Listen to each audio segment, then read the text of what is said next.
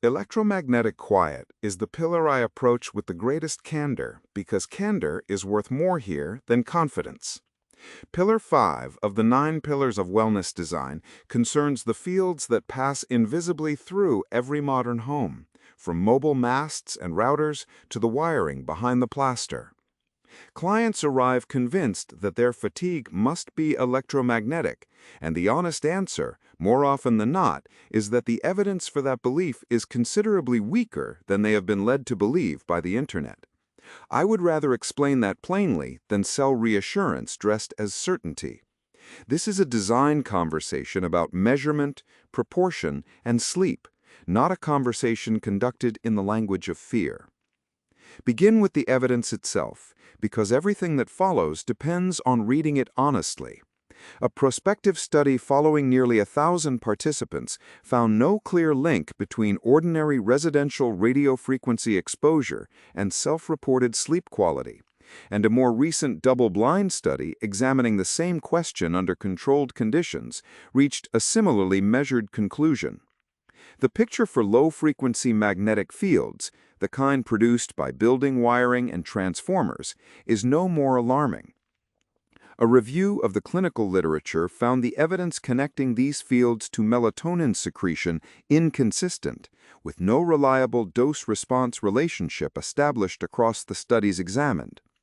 Inconsistent is the honest word. Not disproven, not confirmed, simply unresolved. And a good designer says so rather than pretending otherwise. So why does thoughtful electromagnetic design remain part of a serious wellness brief when the underlying science is this equivocal? 3 reasons, and none of them rests on a medical claim I am prepared to make.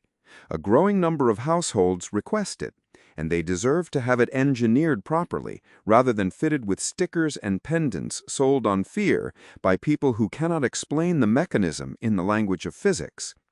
A meaningful subset of people report genuinely disturbed sleep in high-exposure environments, and whatever the underlying mechanism turns out to be, they are the ones obliged to sleep there tonight. And most of what a competent electromagnetic program actually does in practice, hardwiring data, tidying electrical work, removing chargers from the bedside table, relocating a router away from the headboard wall, produces a quieter and better-built house regardless of what the fields themselves are doing to anyone. That third reason is the one I find most defensible of all, and it is the one I lead with. The word electromagnetic covers 3 quite different phenomena, and treating them as a single problem is why most domestic advice on the subject is close to useless. Radio frequency, in the megahertz to gigahertz range, arrives from mobile masts, handsets, wireless routers, cordless telephone bases, and every connected device a household has gathered over the years without much thought. This is what most people mean when they use the word, and it is fortunately the easiest of the 3 to address, since distance and hardwiring do the greater part of the work on their own, without any specialist product being purchased at all. Extremely low-frequency magnetic fields, at the frequency of the domestic electrical supply itself, come from building wiring, distribution boards, transformers, and underfloor heating systems. These fields are considerably harder to shield, since magnetic fields pass through most ordinary building materials with relative ease. Distance and correct wiring practice are the only reliable remedies available, which makes this a design problem to be solved at the drawing board rather than a product to be purchased afterwards. Dirty electricity, meaning high-frequency transients riding on the building's own circuits, is generated by dimmer switches, switched-mode power supplies, and the low-quality drivers found in a great many modern light fittings. It is the category clients have almost never heard of, and frequently the one where a proper survey finds something genuinely worth correcting. A worthwhile survey measures all 3 in every room where someone sleeps, at the height of the pillow rather than in the middle of the floor, and over a period long enough to catch a neighbor's inverter starting or a mast quietly adjusting its output overnight. A brief walk around a bedroom with a handheld meter, however confidently performed, is closer to theater than to engineering, and it should not be mistaken for a genuine assessment of the room. The sequence for reducing exposure is unambiguous once the survey is complete, and it runs from cheapest to most expensive for good reason. Address the source first. Hardwire everything capable of being hardwired, from televisions to workstations to wireless access points, which produces a faster and more reliable network in the process and tends to make the case for itself. Replace cordless telephone bases that transmit continuously in many common models. Remove the mobile handset from the bedside altogether. These changes cost very little and accomplish a great deal for the sleeping household. Distance is the second, and pound for pound, the most cost-effective lever available to any design team.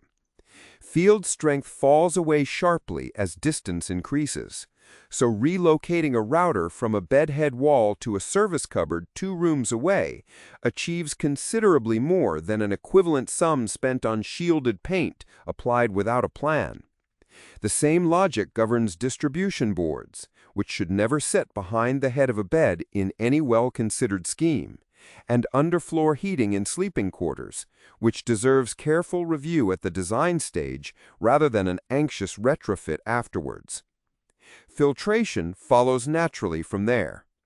Dirty electricity filters fitted to the circuit-serving bedrooms are inexpensive, entirely reversible, and measurable before and after installation, which is precisely the kind of intervention a rigorous specification ought to favor above all others. Shielding belongs last in the sequence, and it is the most expensive tier by a considerable margin. Shielded paint, metallized window film, and in the most demanding cases, a properly engineered enclosure, earthed correctly and verified by attenuation testing, all have a legitimate place for a small number of genuinely sensitive households.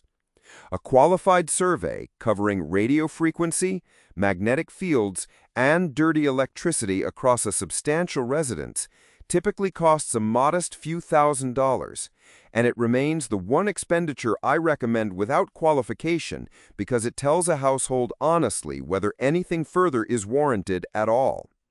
Remediation of a primary suite generally runs into the tens of thousands of dollars, while a fully engineered shielded room is a different order of undertaking entirely, and I would encourage it for very few clients indeed. Before any client reaches for shielding, I ask them to correct 3 things of considerably greater consequence first: the light, the air, and the temperature, in that order, because the evidence supporting each of those 3 is markedly stronger than anything electromagnetic remediation can currently claim for itself.